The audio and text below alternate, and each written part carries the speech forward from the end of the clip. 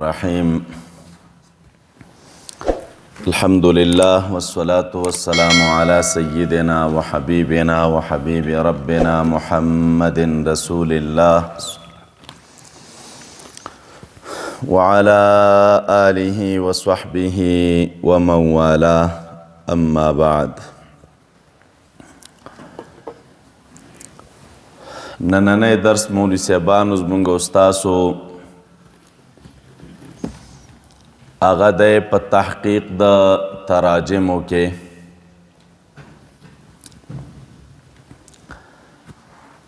امام بخاری رحمه الله چې کم ترجمة الابواب ذکر کړي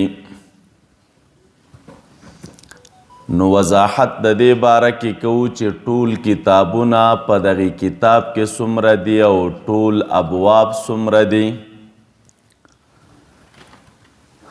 او دې بابونو نه چې دوی تعبیر په ترجمة الباب سره کوي نو ترجمه چاته ویلی کیږي او د دې وضاحت څه شی دی. درېمه مسله دا ده چې معظم مقاصد د امام بخاری رحمت الله علیه بیا په دې تراجمو کې څه شی دي د چې دا کم تراجم وضع کړي دي نو هغه عمده مقصدونه د په دې تراجمو کې څه شی دي. اول ترجمه علماء کرام لیکي دا رباعي دا بفتح الجیم جمع د دې تراجم راځي. تراجم ترجمه نه ترجمه بفتح الجیم دا چاته ویلی کیږي لغتن نو ترجمه عبارت دا التعبیر عن لغت بلغت د یو لغت نه په بل لغت سره تعبیر کول دې ته ترجمه ویلی کیږي. مثلا ما په پښتو کې خبره وکړه مولوي صاحبانو دا پښتو خبره زه اوس په عربی کوم یا مې په عربی کې خبره وکړله او دا زه په پښتو کې کوم یا مې د پښتو خبره وکړه او زه په فارسی کې کوم دې ته ویلی کیږي ترجمه التعبیر عن لغت بلغت د یو لغت نه تعبیر په بل لغت سره دې ته لغتن ترجمه وایي. کچرته دا بیا مولوي صاحبانو بضم الجیم شي ترجمه ترجمه نه ترجمه نو دا بیا باب تفاعل دی علماء کرام لیکي دا بیا د رجم نه اخیستلی شوی دی او رجم ویشتلو ته ویلی کیږي. زمونږ استاسو عامو خلکو په منځ کې ګوره دا غلطې مشهور دی ویله که ترجمې ته ځم نو دا ترجمه غلطه ده ځکه دا د رجم نه رااخیستلی شوی ده او د دې معنا د ویشتل نو چې څوک یو ځای کې درس د قرآن کریم کوي نو داسې دی ووایي چې زه ترجمه کوم بفتح الجیم یا که دی د درسي حلقې ته ځي نو داسې دی ووایي چې زه ترجمې ته ځم دې ځای کې ترجمه کیږي یا زه ترجمه کوم نو دا د ترجمې معنا ده. اوس ترجمة الباب ته ترجمه ولی ویلی کیږي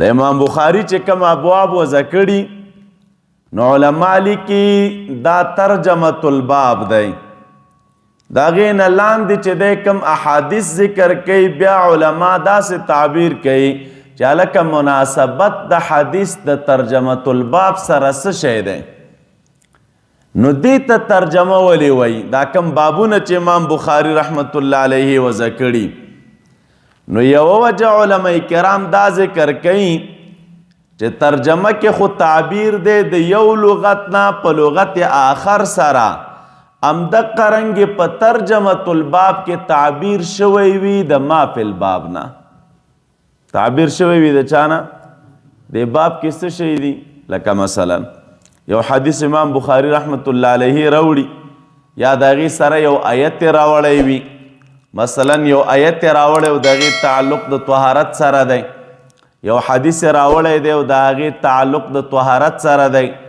امام بخاری رحمت الله علیه ترجمه وضع کی نو دا آیت کې خو ذکر د طهارت و او د حدیث کې ذکر د طهارت و نو د چې د همدغې طهارت په عنوان ترجمه وضع کړله نو د ما فی الباب نه تعبیر وکړه په چا سره په دغې ترجمې باندې. یا لکه مثلا امام بخاري رحمت الله علیه یو مسله ذکر کې حدیث راوړي چې د هغې حدیث مبارک تعلق دی د کتابة العلم سره. د علم مسله لیکل حدیث مبارک دی د دې کتابت ذکر پکې دی. امام بخاری رحمت الله علیه ترجمه وضع کړله او ویلی چې مثلا باب کتابت العلم. نو دا کتابت العلم ترجمه چې د وضع کړې ده نو د خو لاندې داسې یو حدیث راوړی و چې په هغې کې ذکر د چا و د کتابت د علم و. اوس په دې ترجمې سره د تعبیر د ما فی الباب نه وکړه ځکه دې ته ترجمه ویلی کېږي. ورسېدی په دې ځای باندې انشاءالله. دا یو خبره شوه. د عمدي وجې نه علما کرام لیکي ما فی الباب چې هر څه شی وي د هغې نه نچوړ په دغې ترجمې سره شوی وي ځکه ورته ترجمه وایي. کل تراجم علما کرامو لیکلي دي چې د صحیح بخاري کې دا کم تراجم چې امام بخاري وضع کړي تقریبا 3450 دي. 3450 دا پکې بابونه دي یعنی تراجم دي او تقریبا 100 پکې بابونه دي 100 پکې کتابونه دي. اولنی کتاب په کتاب د امام بخاری رحمت الله علیه کې کتاب الایمان دی. آخرنی کتاب په دغی کتاب کې کتاب التوحید دی یا کتاب الرد علی الجهمیہ. کتاب التوحید یا کتاب الرد علی الجهمیہ. راز پدی کس شی دے مولوی صاحبانو چې اولنی کتاب کتاب الایمان راوړي او آخرنی کتاب راوړي دے کتاب الرد علی الجهمیہ یا راوړي کتاب التوحید. نو راز علماء دا ذکر کړی چې د مسلمان د ابدي کامیابی سر او راز په اوله مرتبه کې درست عقیده ده. نو په کتاب الایمان کې راته د عقیدې ذکر کوي. بیا د درست عقیدې نه بعد په دویمه مرتبه کې عمل دی نو د عمل ذکر به راته وکړي. بیا د درست عقیده او د بهترین عمل ترڅنګ حفاظت د ایمان دی د اهل زیغونه او حفاظت د ایمان دی د اهل باطلونه او دې طرف ته نشاندهی د عقاید د اهل باطلو د رد په هغې باندې. نو ځکه امام بخاری رحمت الله علیه دا کتاب راوړي کتاب الرد علی الجهمیہ. تا خپل عقیده زده کړه ده چې دا زما درست او بهترین عقیده ده خو د دې عقیدې د زده کړې سره سره د هغه خلکو عقیده به هم زده کوي چې د کومو خلکو عقیده خرابه ده او په هغې باندې به ردود هم کوي لکه څنګه کار چې امام بخاري رحمت الله علیه کړی دی. عنوان کتاب په دې عنوان وضع کوي کتاب الرد علی الجهمیہ. په جهمیه رد کوي او بیا دغې نه وروستو تقریبا ډیر ګمراه جماعتونه راخستي خوارج دي معتزله دي مرجئه دي مشبهه وغیره دي په هغې باندې امام بخاري رحمت الله علیه ردونه کړي دي او آخرنی کتاب چې په خپل کتاب کې وضع کړی ګور هغه هم رد دی. باب قول الله تعالی وندع موازین القسط لیوم القیامه. تاسو ویلي دي چې هلته معظم غرض د امام بخاري رحمت الله علیه رد دی په معتزله باندې. هغې منکر د وزن د اعمالو نو امام بخاری رحمت الله علیه پاک او حق عقیده د اهل سنت ثابتول غواړي او رد په دغه گمراه جماعت باندې کوي ځکه دا باب وضع کړی دی چې وایي وان اعمال بني آدم وقولهم یوزن یا توزن. نو دا په دې کې کتابونه دي او بابونه پکې 3450. معظم مقاصد د امام بخاری رحمت الله علیه په دغه ترجمه الباب کې څه شی دي مولوی صاحبانو؟ تقریبا علماء کرامو چې دا را جمع کړي دي په خپلو کتابونو کې نو 90 مقاصد بیان کړي دي یعنی دوی اویا مقصدونه د دې دپاره بیانوي چې امام بخاري کوم ابواب وضع کړي نو دا غرض دی پکې، دا غرض دی پکې، دا غرض دی پکې. خو لیکن محققین علماء کرامو چې تحقیق کړی او نچوړې کړی دی نو د دغې اویا مقاصد خلاصه 12 مقاصدو ته رایستلی ده. وایي چې د دې رجه د 12 اهمو خبرو ته کېږي. هغه 12 اهمې خبرې کومې دي؟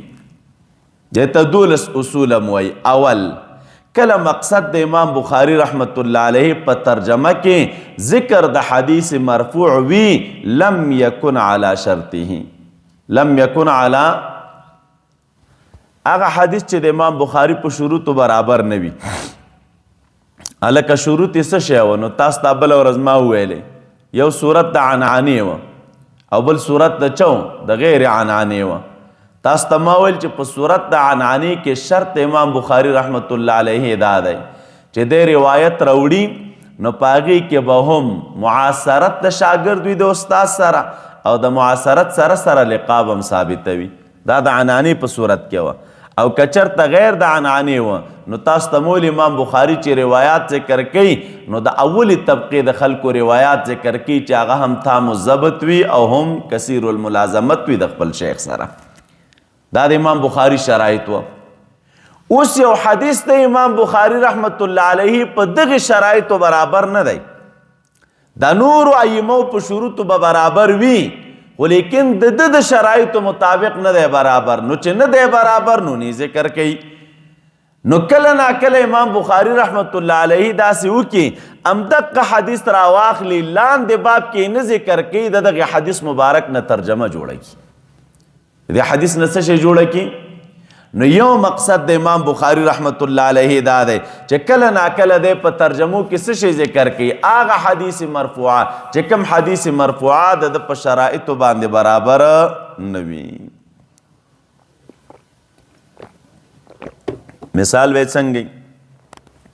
تاسو ته به ترمذي شریف کې حواله کې راشي.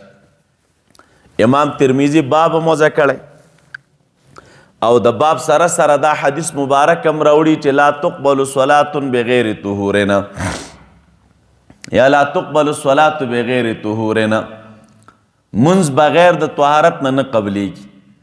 د دغه حدیث د پاره امام ترمذي باب موضع کړی او همدغه حدیث امام ترمذي په خپل سند سره ذکر کوي.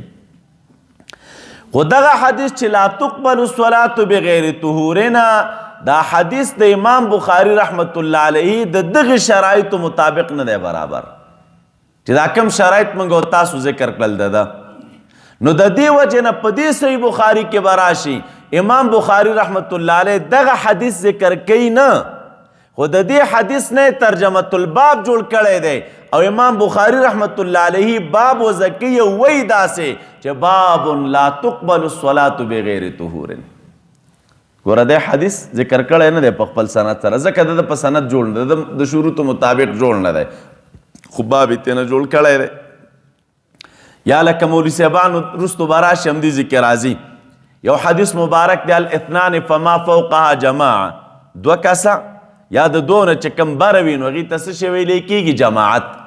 دا حدیث دی او دغه حدیث د امام بخاری رحمت الله علیه په شروطو نه دی برابر. نو چې نه دی برابر امام بخاری رحمت الله علیه د دغه حدیث مبارک نه ترجمه الباب جوړ کړی داسې به ووایي باب الاثنان فما فوقها جماعت. بې دغه حدیث په خپل سند سره ذکر کړی نه دی. ولې؟ ځکه دا حدیث د په شروطو برابر نه دی. په دې ځای باندې تاسو ورسېدلی دا یو مهم مقصد د امام بخاری دی چې کم حدیث کله د په شروطو برابر نه وي نو هغه حدیث نه څه شی جوړ کړي؟ ترجمه الباب. دویم، کله ناکله داسې وشي مولوي صاحبانو دویم غرض ده کون الحدیث المذکور فی الباب، دا کم حدیث مبارک چې دی په دې باب کې ذکر کوي دا شارح وي د ترجمې دپاره. شارح وي د چا دپاره؟ یعنی کله امام بخاری ترجمه وضع کی او دا ترجمه دی وضع کی په شکل د سوال استفهامی سره بیا ذکر د حدیث البابو کی مقصد د امام بخاری دا وی ګورا چې لکه دا حدیث چې ما درته کم ذکر ک نو دا د دغه ترجمې د پاره جواب دی او د دې ترجمې شرح ده. مثال به خارج کې څنګه امام بخاری رحمت الله علیه او حدیث راوړي ترجمه وضع کوي په دې ترجمه کې دی وی باب کم بین الاذان والاقامه. کم بین الاذان، د اذان او د اقامت په درمیان کې فاصله څومره ده؟ ګوره کم استفهامي راوړه، کم بین الاذان والاقامه. اوس په دغه باب کې دی یو حدیث مبارک راوړي او هغه حدیث مبارک دا دی چې محبوب فرمای ما بین کل اذانین صلاتون، د هر دو اذانینو په درمیان کې څه شی دی؟ لمونځ دی. نو دا چې وی ویلې ما بین کل اذانین صلاتون، نو فاصله درته مشخصه کړه کنه. ترجمه دا وه چې کم بین الاذان والاقامه. دلته د حدیث کې د اذانینو نه مراد اذان او اقامت دی.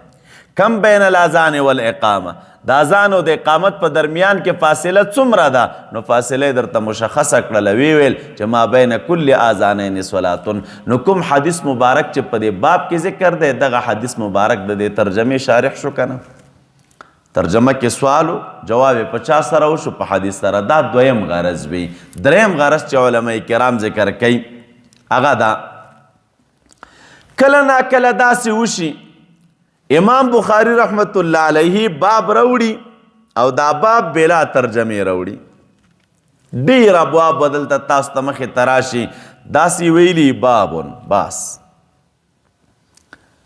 نور ترجمه امام بخاری رحمت الله علیه وضع کړي نه وي. کله پکې تنها یو آیت راوړي، کله پکې دغه رنګ حدیث راوړي. نو د دې دپاره وجه څه شی ده؟ وجه علماء کرام لیکي امام بخاری دا باب بلا ترجمه ولی ذکر کوي؟ یوه بنیادی وجه دا ذکر کوي، وی دا کتاب امام بخاری رحمت الله علیه په 1400 کالو کې لیکلی دی او بیا یې په دې کتاب کې ابواب لیکلي وو. کله چې د دې کتاب ته ترتیب ورکو نو ویل چې دا کتاب دی، په دې کتاب کې دا باب دی، دا باب دی، دا باب دی، دا باب دی، دا باب یې وضع کړي. بیا د هغې ابواب مطابق امام بخاري را لګېده احادیث راوړل. نو کله داسې پیښه شوې د مولوي صاحبانو چې د باب وضع کړی دی او شاید چې د سوچ کړی وي چې د دغې باب د اثبات لپاره به ما حدیث راوړی وي، خو لیکن حدیث نه وي ذکر کړی، نو ځکه دا باب ته نه څه شی پاتې وي بلا ترجمه. دا یو جواب علماء کرامو کړی. موده خو 14 کاله ډېره موده ده، په دغه اعتبار باندې کله ته نه ترجمه پاتې وي. دا یو. دویم جواب علماء کرام دا ذکر کوي، وی کله امام بخاری او باب وضع کړی ترجمه نه وي، فکر دا کړی د ځان سره چې زبا دغه وخت کې چې دا د باب وضع کو بلا ترجمه، ترجمه ذهن کې وا خو په کتاب کې ونه لیکله. نو چې کتاب کې ونه لیکله نو ځان سره دا سوچ کوه چې ما ته به د دغې ترجمې مطابق حدیث را پیدا شي چې د شروطو مطابق وي او د شروطو برابر وي. په دغې شروطو مطابق کله د حدیث نه وي پیدا شوی نو دا باب بلا ترجمې ځکه پرېښی. او یو جواب علماء کرام دا کوي او دا خوندور او بهترین جواب دی، کله ناکله امام بخاری باب بلا ترجمې ذکر کی، په دې کې مقصود تشخیص د اذهان او د متعلمین او د معلمین وي. ته دا کتاب د امام بخاری وی د هر حدیث سره درته باب وضع کړی. اوس په ځینو ځایونو کې باب نه وضع کوي، نو په دې کې غرض دی چې هلکه ته دې حدیث ته وګوره که نه، دا کم چې په دې باب کې ذکر دی او دې آیت ته وګوره، بیا ته پکې لږ دقت وکړه چې د دغه حدیث مبارک نه سره کم باب راویستل پکار دي، په دې ځای کې څه شی لګول پکار دي، یا یو آیت مبارک ذکر کړی د باب سره، نو ته پکې لږ سوچ وکړه، دقت وکړه، نو ته خپله فکر وکړه چې دلته سره کم ترجمه وضع کول پکار دي. نو په دې کې مقصود د امام بخاري تیزوالی د ذهنونو د طالبانو وي، نو د دې وجې نه کله ناکله امام بخاري رحمت الله علیه باب بلا ترجمې پرېښی. په دې ځای باندې مو رسېدلی. څلورم مقصد هغه علماء کرام لیکي التعقیبات علی المصنفات، کله ردود وي په مصنفینو باندې یا د هغې په تصانیفو باندې. دا ترجمه دی وضع کوي، بل ملا صاحب د هغه کتاب لیکلی دی او ترجمه یې وضع کړې، د ده غرض په دې ترجمه کې په هغې ترجمه باندې څه شی وي رد، نو د دې دپاره کله دی ترجمه الباب وضع کوي. پنځم مقصد کله امام بخاری رحمت الله علیه ترجمه الباب وضع کوي او مقصود د په هغې کې الاستدلال بالاولا، په اولا باندې استدلال کول، مسائل دی اولا او غیر اولا. دا باب د وضع کړی دی، په دې کې غرض استدلال دی په چا باندې؟ په اولا باندې. شپږم، کله ترجمه په حل سره راوړي او تقریبا دا په صحیح بخاري کې مولوي صاحبانو 10 ځایه د تراجم وضع کړي دي په حل سره. په دې کې 20 ځایه په اول جز کې او 10 کرت چې دی دا په دویم جز کې. نو کله حل راوړي، کله ناکله مقصد د عدم جزم بالحکم وي. یو مسله ده او د هغې په حکم باندې د په نظر کې ټینګار نشته، نو چې ټینګار نشته دی دا ترجمه د باب وضع کوي او په دې کې مقصود عدم جزم بالحکم. لکه مثلا مولوي صاحبانو امام بخاري او ترجمه وضع کړې ده، هغه ترجمه دا ده اذا ام قوما وقد صلى. یو سړی لمونځ کړی دی او بیا بل چاته امامت کوي، دا خپله د مونځ وکړو دوباره خلکو ته امامت کوي، د دې سړي د امامت څه حکم دی؟ دا ترجمه امام بخاري وضع کړې، بدرالدین عینی، ابن حجر رحمهم الله دواړه وایي امام بخاري چې دا ترجمه وضع کړې ده نو د ده په ذهن کې قطعیت په دغه حکم باندې نشته دی. یعنی داسې یو قطعي حکم د ده په نظر کې نه دی، ونه کومه قطعي رایه لري چې دی ووایي چې ګوره مقصد دا دی چې د دې سړي امامت درست دی یا نه دی، یا د امامت کوی شي یا نشي کوی. نو کله ناکله دی او ترجمه وضع کړي او غرض د ده پکې عدم جزمي په حکم باندې. اتم، کله ناکله دی او ترجمه وضع کړي غرض پکې جزم وي د حکم باحد الجانب. لکه مثلا امام بخاري ترجمه وضع کړي باب التامین بالجهر، امین ویل په زوره باندې. نو په دې کې خدای مو اختلاف دی، څوک کوئی امین به په زوره وایي او څوک کوئی امین به په ورو وایي. اوس امام بخاري چې دا ترجمه وضع کړه د ده خپله رایه دا ده چې امین به په زوره وایي. په دغې ترجمه کې د تصریح په خپله رایه باندې کړې ده چې د امام بخاري رحمت الله علیه رایه دا ده چې امین به په زوره ویلی کېږي. الله دې د شیخ صاحب مبارک درجات بلند کړي. نو مبارک به فرمایلو سره د دې نه چې دی خو ثابتول دا غواړي او رایه دا ده چې امین بالجهر به وایي. نو دا کم باب چې د وضع کړی دی باب التامین بالجهر، په همدغې باب کې متصل وایي وقال عطاء امین دعاؤنا. عطاء چې لوی مفسر دی هغه وایي چې امین دعا ده. دا باب التامین څنګه وضع کوي؟ متصل ورپسې وایي قال عطاء امین دعاؤنا، عطاء وایي چې امین دعا ده. نو مبارک به فرمایل چې عطاء وایي امین دعا ده. نو ګوره تاسو خو د شریعت نصوص مطالعه کړي دي، اصل په دعا کې چې دی دا ده چې دعا سړی خفیه ووایي. ادعو ربکم تضرعا وخیفة چې راغلی دی دون الجهر من القول. نو علما لیکي دا د دعا په باره کې دی. نو اصل په ادعیو کې اخفا ده. نو یو طرف ته دی جهر د امین ثابتول غواړي او بل طرف ته متصل وایي چې قال عطاء امین دعاء.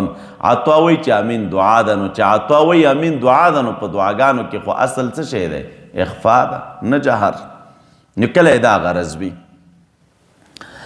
بل مهم غرض د امام بخاري رحمت الله علیه د ترجمې نه مولوي صاحبانو کله داسې وشي چې ترجمه شارح وي د حدیث دپاره. مخکې مو وویل حدیث کله شارح وي د چا دپاره؟ د ترجمې دپاره. او دا اړخ دا دی چې دا ترجمه شارح وي د حدیث دپاره، دغې دپاره به مثال څنګه وي؟ لکه امام بخاري یو باب وضع کړی او په دې باب کې دی مبارک وایي باب الغبطة فی العلم والحکمه یا باب العلم فی الغبطة والحکمه. باب دی په بیان د غبطي کې فی العلم والحکمه. غبطه یې دې کې ذکر کړې ده او په دې باب کې لاندې یو حدیث مبارک ذکر کوي. هغه حدیث دا راوړي نبی علیہ السلام فرمایي لا حسد الا فی اثنین، حسد نشته دی مگر په 2 شیانو کې. نو حدیث مبارک کې راغله لا حسد الا فی اثنین، ذکر د حدیث راغلی او ترجمه یې وضع کړله باب الغبطة فی الحکمت والعلم. نو معلومیږي دا چې دا کم حدیث کې حسد راغلی د دې حسد نه هغه حسد حقیقي نه دی مراده، بلکې مراد د دې حسد نه څه شی دی مولوي صاحبانو؟ غبطه. نو دا ترجمه شارحه ده د چا دپاره؟ د حدیث دپاره. 11 کله ناکله غرض د امام بخاري رحمت الله علیه یا لسم التطبیق بین الروایات المختلفه، د مختلفو روایاتو په منځ کې تطبیق غرض وي په یوې ترجمې سره. روایتونه دي مختلف او دا ترجمه وضع کړي غرض دا ده چې د دې مختلفو روایاتو په درمیان کې تطبیق وکړي لکه مثلا د باب وضع کوي باب لا تستقبل القبلة بالبول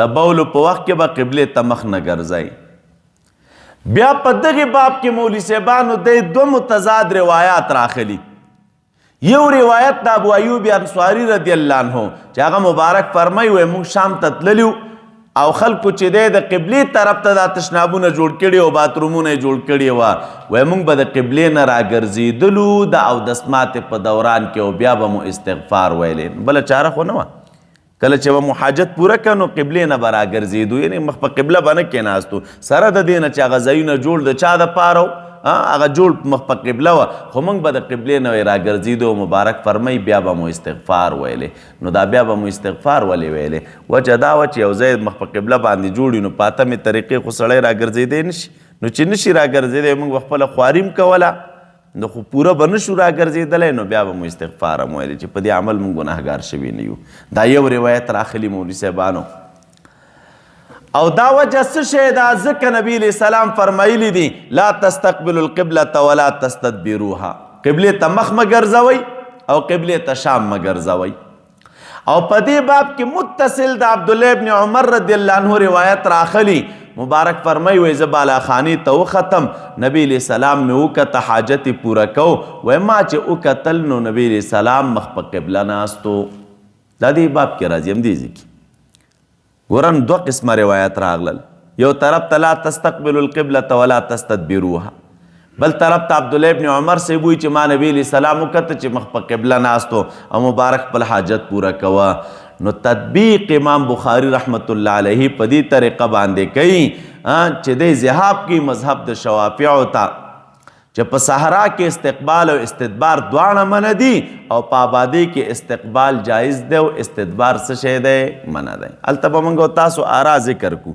د علماو چې قبلې ته مخ ګرځول په وخت د حاجت کې یا شا ګرځول دا جایز دی او که ناجایز نو مختلف اقوال دي پکې د امام شافعي رحمت الله علیه رایه پکې دا ده که چرته یو چا په صحرا کې خپل حاجت پوره کو نو نه به قبلې ته مخ ګرځي او نه به قبلې ته شا ګرځئ او که په آبادی کې حاجت پوره کوه نو قبلې ته مخ ګرځوی شي خو شا نشي ګرځولی نو دلته چې امام بخاري استدلال کوي تطبیق بین الروایات کې ګوره روایت د عبدالله ابن عمر رضی الله عنهما دا حملې په چا باندې په آبادی باندې او هغه مخکنی روایت دی حملې په چا باندې په صحرا باندې نو کله دا د تطبیق دی زموږ تطبیق نه دی موږ به خپله را انشاءالله هلته ذکر کړو نو کله ناکله غرض د امام بخاري رحمت الله علیه تطبیق بین الروایات وي په یوه ترجمه کې یو لسم غرض علما کرام لیکي کله ناکله دی ترجمه راوړي بصیغة التمریض دا ترجمه چې دی بصیغة التمریض راوړي نو په دې کې اشاره وي تضعیف د دغه قول ته لکه کله ناکله امام بخاري رحمت الله علیه یوه ترجمه وضع کړې ده هغه دا ده باب يذكر عن بلال أنه جعل إصبعيه في أذنيه وكان عبد الله بن عمر لا يجعلهما امام بخاري رحمت الله علیه وی ذکر کولی شي دا خبره ذکر کړی شوې ده د بلال رضی الله عنه نه چې هغه مبارک به کله اذان کو نو دا خپلې ګوتې به په غوږو کې ښودې وکان عبدالله ابن عمر او عبدالله ابن عمر رضی الله عنهما و چې هغه به دا کار نه کوه نو ګوره دا ترجمه امام بخاري رحمت الله علیه وضع کړې ده او په سر کې ورته وایي چې یذکر عن عبدالله ابن عمر یذکر عن بلال د بلال رضی الله عنه نه دا خبره ذکر کولی شوه نو دا یذکرو صیغه د مجهول راوړې ده نو هغه یې ذکر کړه په صیغې د مجهول سره او په صیغې د مجهول کې تمریز وي او دا فعل د عبدالله ابن عمر رضی الله عنه په صيغه د مجهول سره نه دی ذکر کړی معلومیږي دا چې په دې کې تمریز نشته نو د رایه دا د چې ګوره هغه اولنۍ رایه چې بلال رضی الله عنه نه دا خبره ذکر ده چې د په غوږونو کې څه شی ښودلې ګوتې ښودلې نو دی ذکر کړله بطور تمریز په صيغه د تمریز سره او دا بلې په صيغه د تمریز سره نه د ذکر کړی نو معلومیږي دا چې راجح رایه ده په نسبت باندې رایه د عبدالله ابن عمر رضی الله عنهما ده نو داغه یولس یا دولس مقاصد و معظم چې امام بخاری رحمت الله علیه دا تراجم وضع کړي دي په دغه غرض باندې. انشاءالله موږ او تاسو ته ځای په ځای باندې راشو، په دې کې بیا وضاحت کوو چې دې ځای کې امام بخاری رحمت الله علیه دا ترجمه وضع کړې، نو غرض یې په وجې د ترجمې سره څه شی دی، د کوم غرض دپاره دا باب لګولی، دا مقاصد بالته موږ او تاسې وایو.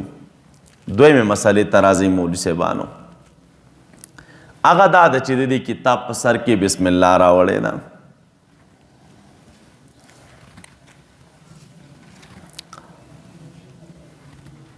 دویم په دې ځای کې یو اعتراض دی په امام بخاري رحمت الله علیه باندې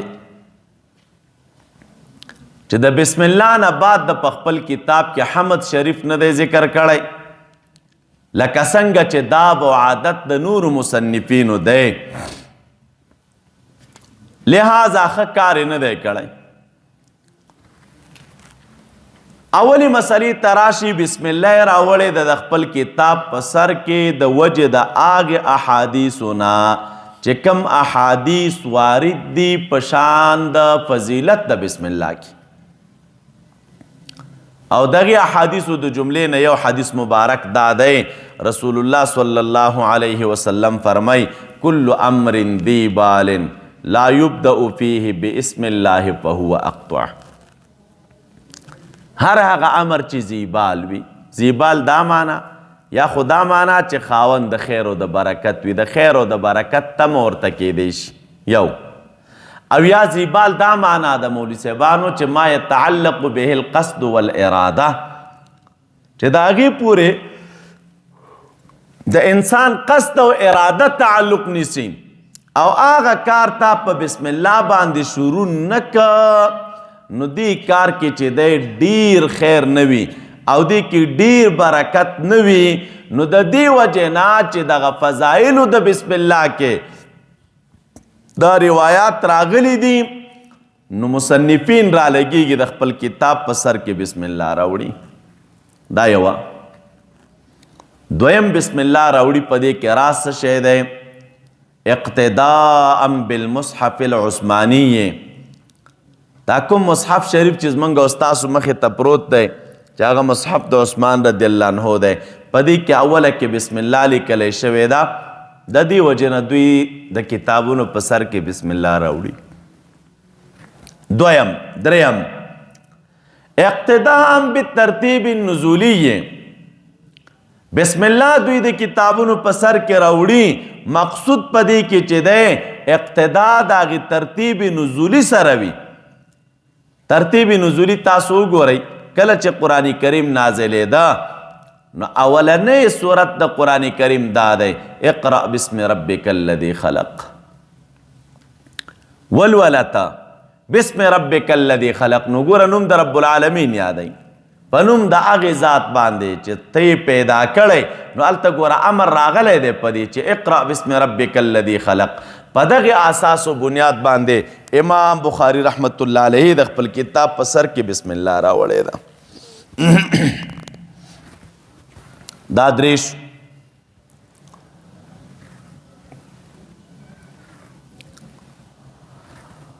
او یا مولوی صاحبانو څلورم وجه علماء کرام دا ذکر کوي، بسم الله دوی د خپلو کتابونو په سر کې راوړي، وجه پدی کې اقتدا دا بخطوط النبی صلی الله علیه وسلم، د نبی علیہ السلام خطوط که موږ او تاسې وګورو، د هغې خطوطو په سر کې بسم الله راوړلی شوې ده، په دې خاطر باندې مصنفین را لګېږي دوی د خپلو کتابونو په سر کې بسم الله راوړي. یوه اختلافي مسله چې دا اختلافي د بین الائمه چې بسم الله د سورو د قرآن کریم نه جز دو کنه، که دا همداسې د سورتونو په سر کې لیکلی کېږي، نو دا یې مسله اختلافي ده په مابین د احنافو د شوافعو کې یا په مابین د جمهور علماو د شوافعو کې. دغې ادله به انشاءالله بیا ذکر وکړو. اللهم صل